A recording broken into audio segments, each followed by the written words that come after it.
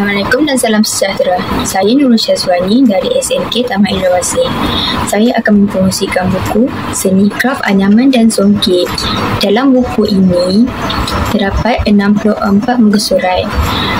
Juga ditulis oleh Amirul Adif. Buku ni terdapat anyaman, sejarah anyaman dan sejarah songket. Anyaman juga ada teknik dan motif dia. Antara yang saya baca dalam buku ni ada anyaman bertulang, anyaman gila dan anyaman kelarai. Untuk songket ni saya bagi tahu motif lah. Okey, dekat songket ni ada motif seperti haiwan, motif geometri. Untuk sebarang lanjutan boleh baca buku ni.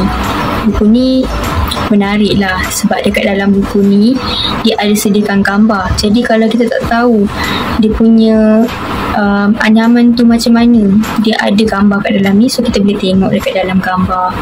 Ataupun tak tahu songket dia macam mana, contoh-contoh dia macam mana, dia ada bagi kat dalam buku ni.